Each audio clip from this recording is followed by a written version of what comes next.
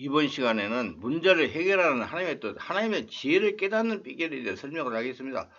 우리가 바르게 알아야 할 것이 있습니다. 내가 예수를 믿고 살아가는 것은 내가 사는 것이 아니고 내 안에 계신 예수님의 인생을 사는 것입니다. 고로 인생길에 나타나는 문제의 해결 방법은 하나님께서 가지고 계십니다. 그래서 하나님에게 물어보는 것입니다. 그래서 하나님의 뜻을 구하고 하나님의 지혜를 구해야 되는 겁니다. 이는 이스라엘 백성이 애굽에서 나와 광야를 걸어갈 때를 생각하면 쉽습니다. 모세는 문제가 생길 때마다 하나님께 기도하여 문제 해결 방법을 받아가지고 그대로 순종하여 해결했다는 겁니다. 우리도 이와 같이 문제가 생길 때마다 자기 지혜와 인간 방법을 강구하는 것이 아니고 하나님께 질문해가지고 하나님의 방법, 지혜로 문제를 해결하는 습성이 되어야 됩니다. 이는 문제의 해결 방법이 떠오르고 생각나게 하옵소서 하며 기도하는 하나님의 지혜를 구하는 비결입니다. 문제가 있으면 반드시 풀 수 있는 해답을 하나님이 가지고 계십니다. 해답은 하나님이 가지고 계십니다. 문제를 풀 수 있는 방법이 떠오르고 생각나게 해달라고 하나님에게 기도하는 것입니다. 하나님에게 끈질기게 물어서 해답을 받아야 됩니다. 먼저 집중하는 온몸 기도를 합니다. 잡념을 제거하고 성령의 음성 듣기에 집중하기 위한 기도를 하세요. 내 생각을 포기하고 내려놓아야 됩니다. 하나님의 음성을 들으려면 먼저 내 생각하고 관계를 끊어야 됩니다. 하나님의 생각은 나의 생각과 다르다는 것을 항상 생각하고 접근해야 됩니다. 절대로 내 생각을 가지고 있으면 하나님의 음성을 들을 수가 없습니다. 타인의 생각이나 남의 말에 묶이면서 풀려나와야 됩니다. 다른 사람이 그런 건 이렇게 해야 됩니다 하는 사람의 소리에 관심을 두지 말라는 겁니다. 하나님의 음성을 들으려면 사람의 소리와 담을 쌓아야 됩니다. 마귀 귀신의 생각을 분별하고 대적해야 된다. 귀신은 할 수만 있으면 성도를 미혹하려고 합니다. 그래야 성도를 타고 앉아가지고 편안하게 지낼 수 있기 때문입니다. 말씀과 성령으로 충만해 영의 생각을 따라가야 됩니다. 고정관념을 제거하고 그리스도인자 그럴 거야가 없어져야 됩니다. 옛날에도 그랬으니 이번에도 그럴 것이라 하는 것을 버려야 됩니다. 하나님은 그때그때 상황이 다르게 뜻을 알려주고 지혜를 주시고 조치하게 하십니다. 마음에 잘못된 감정이 치유되고 특히 분노, 미움의 감정이 치유돼야 됩니다. 마음에 응어리가 있으면 귀신이 역사하기 때문에 바른 하나님의 음성을 들을 수가 없습니다. 외적 침묵과 내적 침묵을 유지하라는 겁니다. 마음이 산란한 가운데에서는 정확한 하나님의 뜻, 음성, 지혜를 들을 수가 없고 음성이 들리지 않습니다. 머리에 잡념을 제거하려고 노력을 해야 됩니다. 안정된 심령이 되려고 의지적인 노력을 합니다. 이는 깊은 기도로 숙달되어야 가능합니다. 깊은 영의 돌림이 필요합니다. 온몸 기도를 해야 됩니다. 그래서 우리 충만한 교회는 월화 금토 집중 온몸 기도를 계속 하는 겁니다. 사람이 변합니다. 자꾸 집중 온몸 기도를 자꾸 오래 하면 영적인 상태가 돼요. 정신적인 문제, 육체적인 문제, 뼈골의 문제, 가정 환경의 문제, 재정적인 문제가 다 하나님의 역사로 다 해결이 됩니다. 자기가 하나님 나라 되기 때문에 그의 나라와 그의 거라 그러면 모든 걸 된다. 그게 하나님 말씀했어요. 하늘나라가 되게 해야 되는 것입니다. 안정된 심령이 되어야 됩니다. 침묵 기도를 합니다. 외적인 침묵과 내적인 침묵을 유지하라는 겁니다. 마음이 산란한 가운데 잡념이 많은 가운데서는 정확한 응답이 들리지 않습니다. 자기 생각만 떠오르게 돼 있습니다. 머리에 잡념을 제거하려고 노력을 해야 됩니다. 그건 기도를 해야 돼요. 안정된 심령이 되려고 의지적인 노력을 합니다. 이는 깊은 영의 기도를 숙달되어야 합니다. 방언으로 마음으로 방언을 많이 하는 기도를 해도 되는 것입니다. 깊은 영의 훈련이 필요합니다. 안정된 심령이 되어야 됩니다. 안정된 심령이란 하나님과 같은 영적인 상태가 되게 하라는 겁니다. 바깥에서 들리는 소리에 신경 안 쓰고 내면에서 올라오는 잡념에 신경 안 쓰고 오직 내 안에 주인이신 하나님께 집중하는 그 안정한 심령이 되어야 된다 그 말입니다. 성령님의 인도와 도우심을 요청하는 기도를 합니다. 이건 모든 거 다 성령께서 하시는 일이기 때문에 그렇습니다. 모든 음성 듣기 과정을 성령께서 지배하고 점령해 달라고 기도해야 됩니다. 생각을 성령으로 사로잡아 몰입하게 해달라고 기도해야 됩니다. 성령은 인격이시라 관심을 가지고 도움을 요청해야 역사하십니다. 성령님, 제가 지금 성령의 감동을 받고 하나님의 뜻을 알고 음성을 들으려고 합니다. 도와주시옵소서. 온 상황 모든 것들을 집중하여 지배하시고 인도하여 주시옵소서 하며 끊임없이 기도를 해야 됩니다. 하나님이 영이십니다. 고로 내가 하나님과 같은 영적인 상태가 되어야 하나님 응답을 받을 수가 있습니다. 성령 임재를 요청하고 성령의 이끌림에 차츰 고요 속으로 들어가야 됩니다. 절대로 하나님의 음성은 찬란한 가운데 들리지 않습니다. 의식이 떠 있는 가운데 들리지 않는다는 겁니다. 의식이 안정한 심령, 영의 상태에서 들린다는 겁니다. 어제 그분에게 집중하고 몰입해야 들리는 겁니다. 어찌하든지 음성을 들려주는 주체진 하나님에게 몰입해야 되는 것입니다. 이걸 잘 이해를 하시기를 바랍니다. 무당들이 구타할 때도 그냥 바로 하는 게 아니에요. 여러 가지 행동을 해가지고 몰입시키지 않습니까? 그걸 알고 똑같은 거예요. 영의 소리를 듣는 것은 거의 비슷합니다. 오해하지 마시기 바랍니다. 문제를 하나님께 말하고 응답받는 기도를 합니다.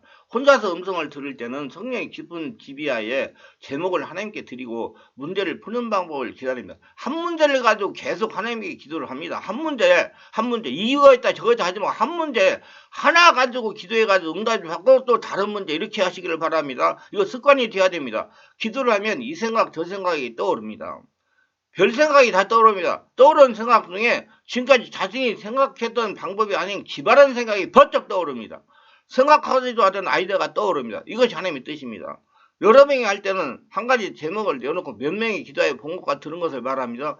리더가 종합하여 결정을 합니다. 문제를 푸는 비결을 받으려면 하나님께 집중하며 기다려야 됩니다. 하나님과 같은 성령을 거두는 영적인 상태, 충만한 상태에서 들리기 때문입니다. 그래야 문제를 푸는 방법이 성령으로 떠오르는 겁니다. 의심스러우면 꼭 다시 물어봐야 됩니다. 이것이 무슨 뜻인가요?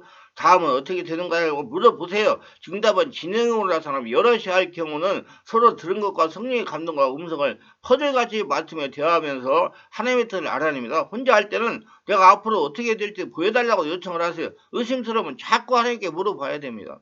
확신이 올 때까지 물어봐야 됩니다. 엘리야는 갈멜산에서 7건까지 기도의 응답을 받았습니다. 하나님께 응답을 받고 해야지 하나님이 역사하십니다. 자기 생각 가지고 하면 절대로 하나님의 역사가 안 일어납니다. 잘못되면 또 원망하지 마세요. 자기가 했기 때문에 자기가 책임지는 거예요. 우리도 응답이 올 때까지 기도하여 기다려야 됩니다. 모든 것이 쉽게 자기 생각으로 판단하지 말고 의심스러우면 하나님께 물어보는 것을 습관하시기를 바랍니다. 확신이 올 때까지 기도하는 것입니다. 기도할 때는 이 생각 저 생각을 다 해보다가 마음에 확 잡히는 생각을 잡는 것입니다. 내가 지금 바로 직전에 교회 인테리어 작업을 할 때입니다. 지금 교회는 지하에 있습니다. 우리가 형편이 좋지만 지하에 있는 것은 아닙니다.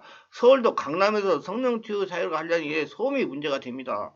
주변에서 시끄럽다고 민원이 들어가면 신경이 쓰여서 집회를 못합니다. 그래서 지하에 들어와 있는 것입니다. 그런데 지하답지 않게 환기가 잘 됩니다. 그래서 이 장소를 임대했습니다. 그런데 문제가 있었습니다. 화장실이 없는 겁니다. 화장실이 있어야 되는데 없으면 문제가 생긴 겁니다. 인테리어 작업을 할 때 화장실 문제를 해결해야 편리하게 용번을 볼 수가 있지 않습니까? 그리고 또 집중으로 기도를 하고 오래 해야 되기 때문에 화장실이 아래에 있어야지 편리하지 않습니까?